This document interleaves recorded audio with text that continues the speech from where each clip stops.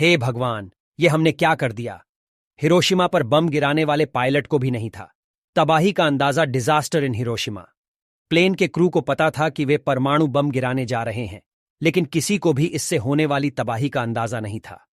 Captain Lewis जिस team का हिस्सा थे, उसकी कमान प्रमुख पायलट पॉल टिबेट्स के हाथ में थी।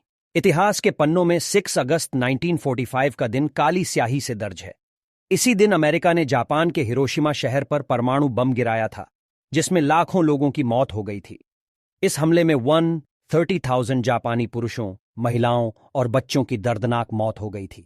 उस बम का नाम लिटिल बॉय था, जिसे B-29 बॉम्बर इनोला गे के चालक दलों ने गिराया था। यह अमेरिका की तरफ से सफल परीक्षणों के बाद युद्ध में इस्तेमाल किया गया पहला परमाणु बम था।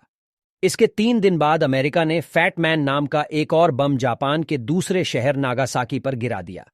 इसमें 40,000 लोगों की मौत हो गई और जापान को सरेंडर करने के लिए मजबूर होना पड़ा। कुछ दिनों पहले एक नीलामी में एक लॉगबुक 450,000 पाउंड 3.84 करोड़ रुपए में बिकी, जिसमें द्वितीय विश्व युद्ध के अंत में हिरोशिमा पर परमाणु बम गिराए जाने का भयानक अनुभव दर्ज था। इस लॉगबुक को कैप्टन रॉबर्ट ए लुईस ने मिशन के दौरान लिखा था, जो उस प्लेन के को पायलट थे। बुक में कैप्टन ने बताया कि उस दिन हिरोशिमा में क्या हुआ था। उन्होंने बॉम्ब के गिराए जाने के दृश्य को अब तक का सबसे भयानक धमाका करार दिया। 100 साल भी जिंदा रहा तो नहीं भूलूंगा, कैप्टन ने लिखा। हमने कितनों को मार दिया।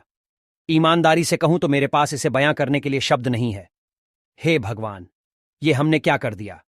अगर मैं 100 साल भी जिंदा रहा तो भी मैं उन कुछ मिनटों को अपने दिमाग से कभी नहीं निकाल पाऊंगा। ये बुक पेन और पेंसिल दोनों से लिखी गई थी। कुछ दिनों पहले हेरिटेज ऑक्शन ने इसे करीब 4 करोड़ रुपए में बेचा। कैप्टन लुईस ने अपने रियल टाइम एक्सपीरियंस को इस बुक में दर्ज किया था। यह लॉग बुक उस मिशन का एकमात्र रिकॉर्ड है जो अभी भी मौजूद है। किसी को नहीं था तबाही का अंदाजा, हालांकि प्लेन के क्रू को पता था कि वे परमाणु बम गिराने जा रहे हैं, लेकिन किसी को भी इससे होने वाली तबाही का अंदाजा नहीं था। कैप्टन लुईस जिस टीम का हिस्सा थे, उसकी कमान प्रमुख पायलट पॉल टिबेट्स के हाथ में थी। अमेरिका ने मैनहट्टन प्रोजेक्ट के तहत दुनिया के पहले परमाणु बम विकसित किए थे। जब ये बनकर तैयार हो गए तो अमेरिका ने इन्हें जापान पर इस्तेमाल करने का फैसला किया, क्योंकि एशियाई देश के नेताओं ने घुटने टेकने से इनकार कर दिया था। लैंडिंग से पहले जापान के सरेंडर करने की उम्मीद इनोला गे की क्रू ने 6 अगस्त को हिरोशिमा पर 1750 फीट की ऊंचाई से बम गिराया था।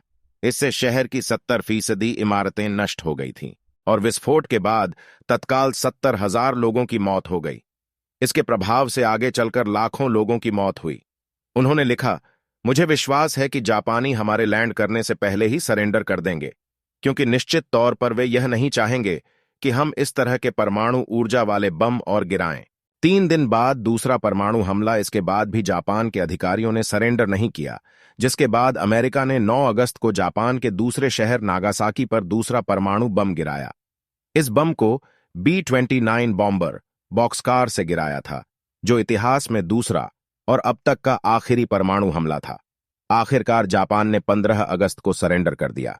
कैप्टन लुईस का 1983 में 65 साल की उम्र में वर्जीनिया में उनके घर पर दिल का दौरा पड़ने से निधन हो गया था।